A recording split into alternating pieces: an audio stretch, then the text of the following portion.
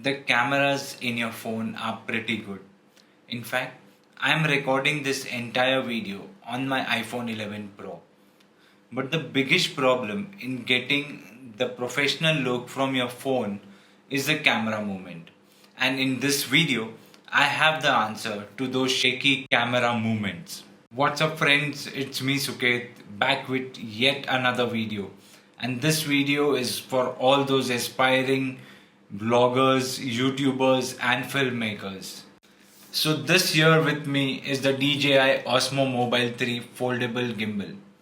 Since this is my first gimbal, I have already opened the box earlier just to know the device before I show it off to you guys.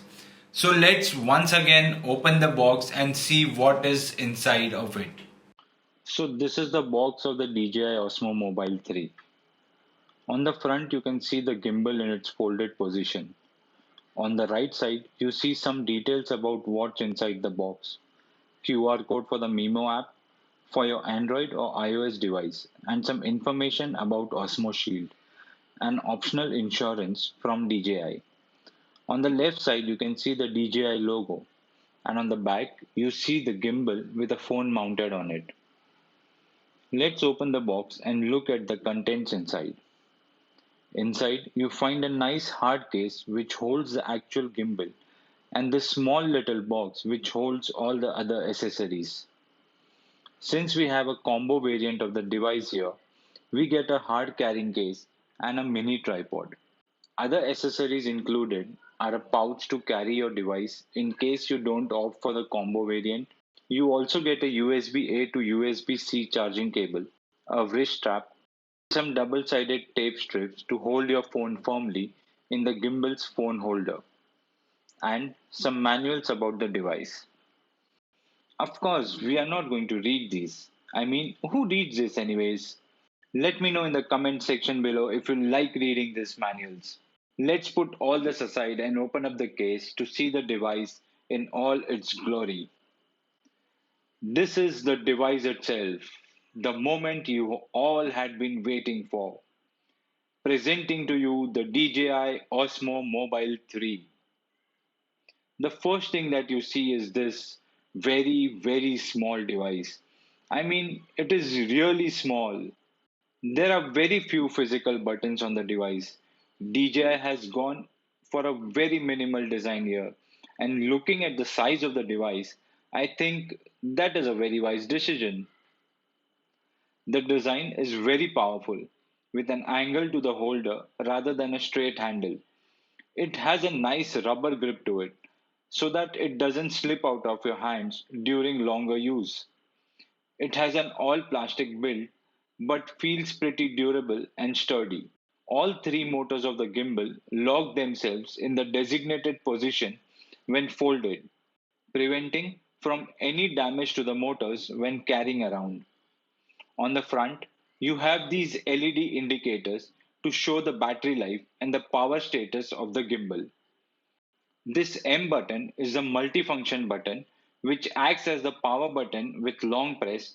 Double press will switch the camera orientation from landscape to portrait or vice versa, and triple tapping will put the gimbal in standby mode to easily remove your phone or to save battery in between shots. Then there is the record button to click your photos and record videos. This here is the joystick to move your gimbal manually or set its position for shooting from a particular angle. This is very useful since the gimbal's motor rotations are very limited. This here on this side is the zoom slider, on which with tapping up or down will switch the cameras if your phone has multiple cameras, or holding it up and down will do a smooth zoom in or zoom out. On the other side, you have a USB-C slot to charge the integrated battery of the gimbal. DJI advertises 15 hours of battery life. This covered slot here is a USB-A slot to connect your phone and charge it up if you ever run out of battery while shooting. On the back, you just have this trigger which when pressed down will lock the tilt axis. Double tapping will set the gimbal to its default position.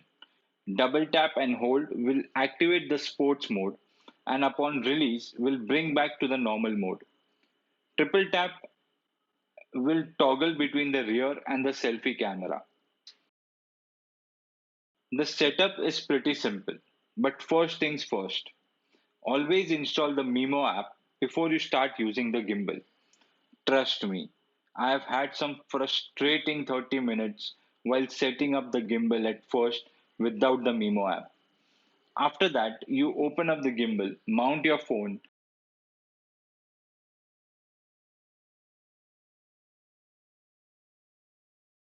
and balance it in the landscape mode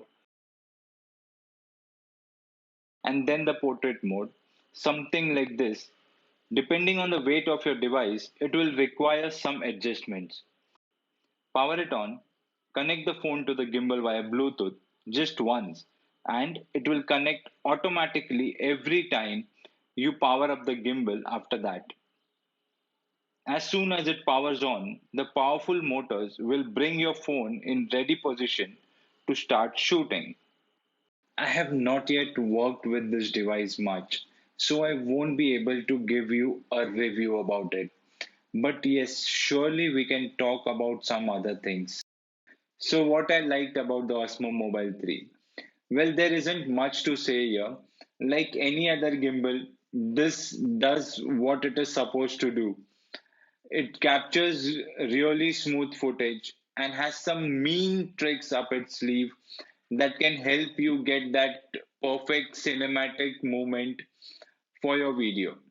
The second thing that I really liked about this device is its size. It's really small. I mean, I could not believe that such a powerful device with such powerful motors could be this small. In fact, when you fold it up, this device is no more bigger than your iPhone 11 Pro Max. And that is really amazing. What I did not like about the Osmo Mobile 3. The one thing that I did not like the most is when you want to access all the gimbal features or all the gimbal modes, you have to use the Mimo app. Now, I am not a fan of the Mimo app as I love shooting on Filmic Pro, but to access all the gimbal shooting modes like the follow through or the FPV mode, tilt locked mode, or to change any other settings of the gimbal, you have to have the Mimo app, without which you cannot go to those settings or choose those settings. That is the one thing that I did not like. The second thing is that the Osmo Mobile 3 is not yet supported by Filmic Pro. So what does this mean? This means that you will still have to use the on-screen record button when you are filming with the Filmic Pro app. So what can be done through the Mimo app? To access any feature or shooting modes of the gimbal, you have to use the Mimo app.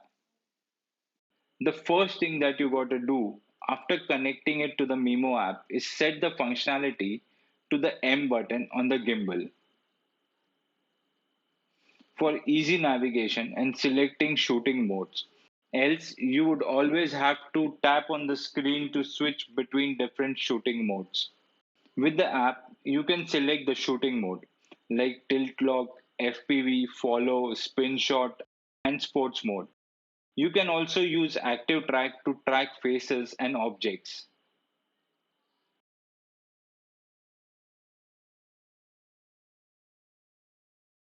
You can select to shoot slow motion, motion time lapse, hyperlapse, panorama, or 3 by 3 photos. You also get some manual options like selecting the resolution, frame rate for the video, adjust the brightness and white balance, etc. When using the Mimo app, you can also use the zoom slider to switch between the cameras and also record using the physical record button on the gimbal.